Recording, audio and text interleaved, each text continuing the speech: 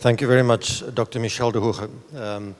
It's my privilege now to introduce to you the next two speakers.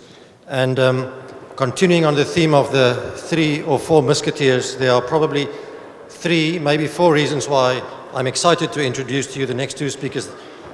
The first thing is Nicol will continue on the theme of hamstring injuries and the importance of diagnosing and rehabilitation of these injuries. But both Nicol and Andrea are great friends and physiotherapists at Aspetar, and I've consistently learned a huge amount from my physiotherapy colleagues, traveling around the world to different sporting events. So this is the first reason. The second reason, they are both excellent clinicians. And the third reason, they are both excellent scholars. So may I introduce to you Nicol Van Dyk. Nicol is a South African trained physiotherapist, and he's currently sprinting for the PhD line under the supervision of Professor Eric Wittfro and also Professor Roald Barr. His interest is predictive factors for hamstring injuries, and we look forward to listen to you, Nicol.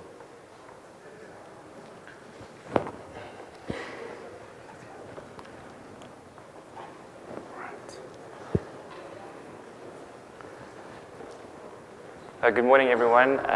Firstly, just thank you to Dr. Landreau and Dr. Nere for the invitation to speak today. It's a real privilege to be part of this session, and I'm going to be talking about predictable factors for hamstring injuries. So I have no disclosures to make other than I am indeed South African and used to work with Dr. Willem van der Merwe down in Cape Town before moving to Aspetar. And Aspetar is an incredible place to be involved in. And just to say at the start, the nature of Aspetar allows us to collaborate. And there's been many individuals that have contributed to the work I'll present today. You might recognize some of their names, and some of them are here.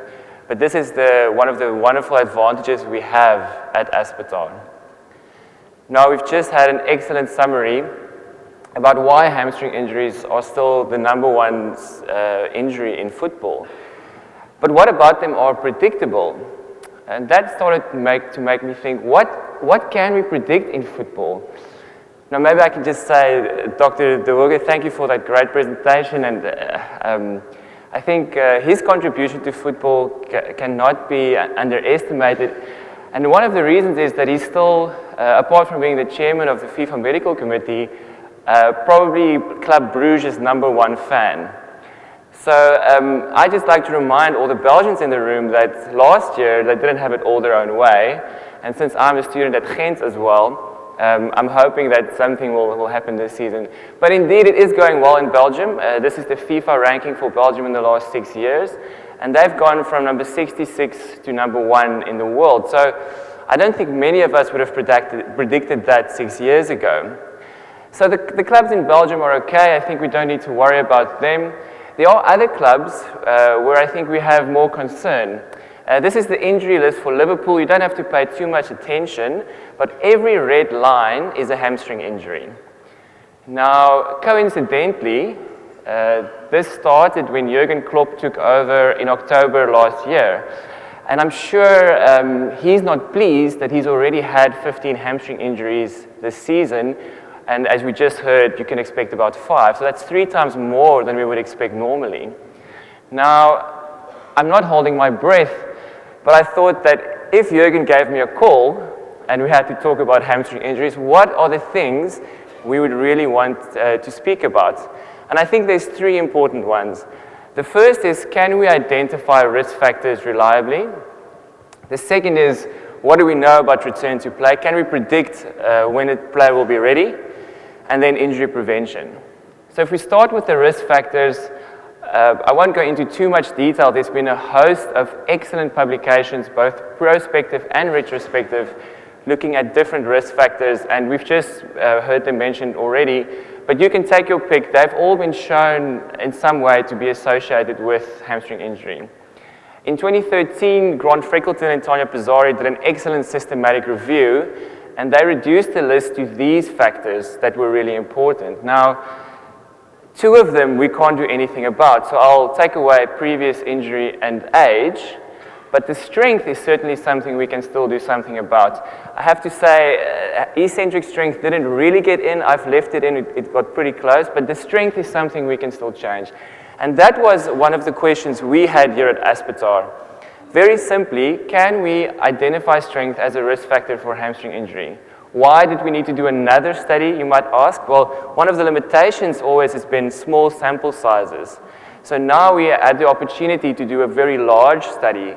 Over 4 seasons, we were able to include 600 subjects, over 100 or 190 injuries, and almost 2,000 isokinetic measurements.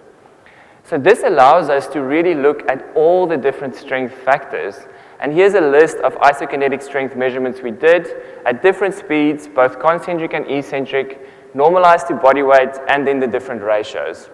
So out of all these factors, we identified these 2, and you'll see that this correlates well with the literature. Quads concentric strength normalized to body weight, and hamstrings eccentric strength normalized to body weight. Now, if I, instead of showing you the significant p-value, show you the effect size, many of the clinicians in the room that are familiar with isokinetic testing will know that 7 Newton meters on an isokinetic test is not a lot. And clinically, in fact, less than the variance we see. And that doesn't really help us as clinicians. So unfortunately, although there are indeed risk factors, these risk factors doesn't always help us to know who's at risk. If I plot here the distribution of the uninjured players, what we see is when we add the injured players, they're in the same group. So it will be hard to distinguish, if we do this pre-season screening, which players are really at risk. And we found the same for our eccentric hamstring strength. So now we're still not quite sure which are the players that we need to target.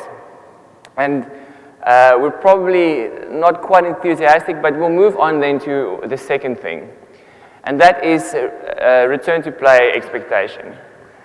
Now, that's the first question we all get asked by the player, by the coach, and by the media.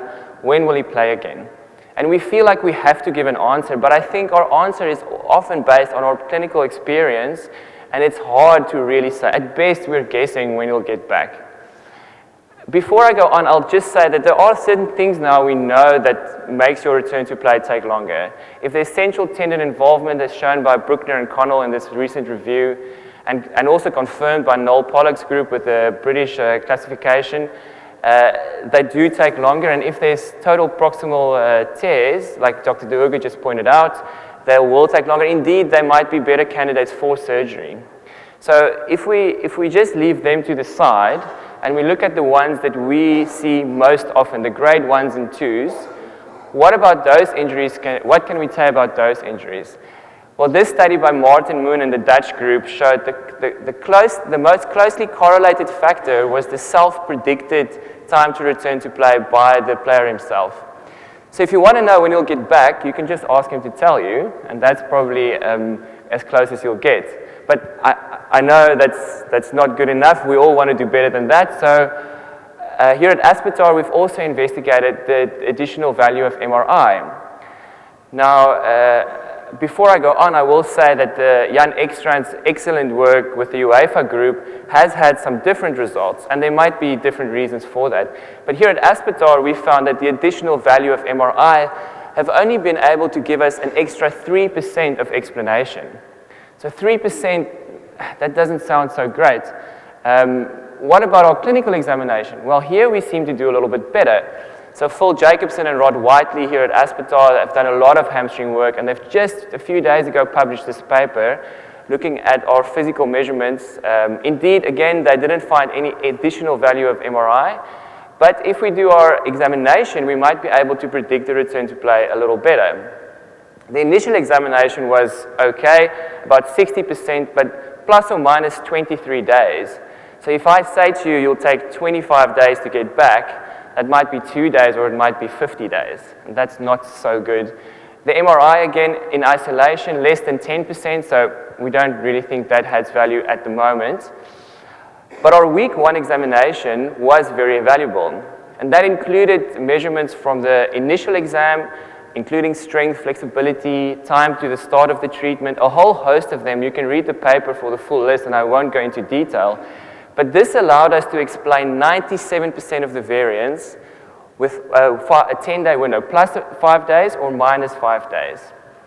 So what does that mean? So I'll explain it in this graph. This is really simple.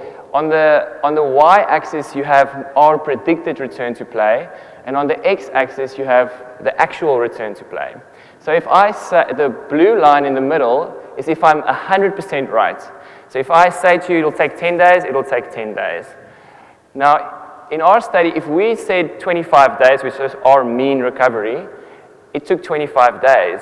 And that 97% means we could explain almost all the variance we see when it's not exactly that 25 days with this 5-day window. Now, I think that's pretty good. That's a really good, honest answer we can give the player and the coach as to how long we'll get back. Whether that 5 days is still too much in elite sports, that might be, because he has to play in the final, but that's a really honest answer we can give. So we're happy about that, so am I. I think now we're getting somewhere. But then there's one more thing, and Dr. de Hoog already touched on this, and that's injury prevention. This is a tweet that recently was very popular on Twitter about Dylan Shield, is an AFL player in Australia, and he's doing a razor curl. So it's a really popular buzz exercise now, the Nordic hamstring exercises, these eccentric hamstring exercises. Everybody's talking about them, and when you see something like this, you immediately think you should be okay. Now, how new is this exercise? Well, I found this, Mario Cardinale actually put this up on Twitter. In 1880, this Health by Exercise book was published by Geo Taylor. And then in 2011, the Peterson study really popularized this exercise again. So it only took us 130 years to realize how valuable eccentric exercise can be for hamstring injuries. So this knowledge has been around, and we are really trying to now quantify the data.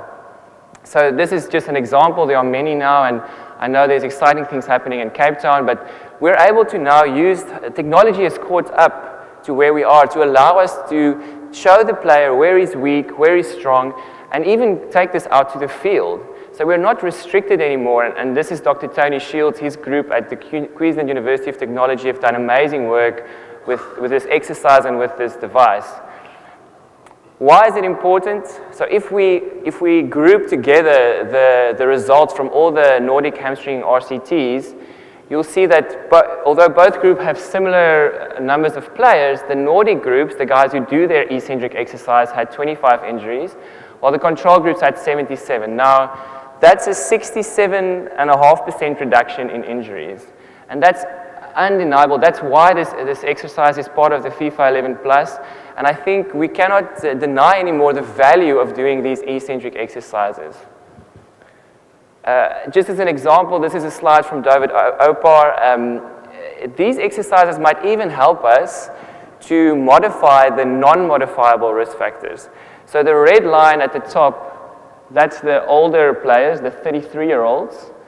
And you'll see how, as their strength on the x-axis gets stronger, their risk for an injury drops down into this section where they actually have the same risk as all the other players. So there are many other studies now that have looked at different aspects, but this is an example of how good this exercise can be for us in terms of prevention. So hopefully by the end of my conversation with Jürgen, he's a believer, and I'll just remind him then of what we've discussed. So my take-home predictions for today: can we identify risk factors? We certainly can, but we have to remember and try and understand what that means for the individual player. And in that sense, we still have work to do. Can we predict return to play? I believe we can, but within a certain range, and it's really important for us to start being honest about that with the doctors, the coaches, and the media. And is prevention possible? It certainly is, and we should all be doing our Nordics with our football players. Thank you very much.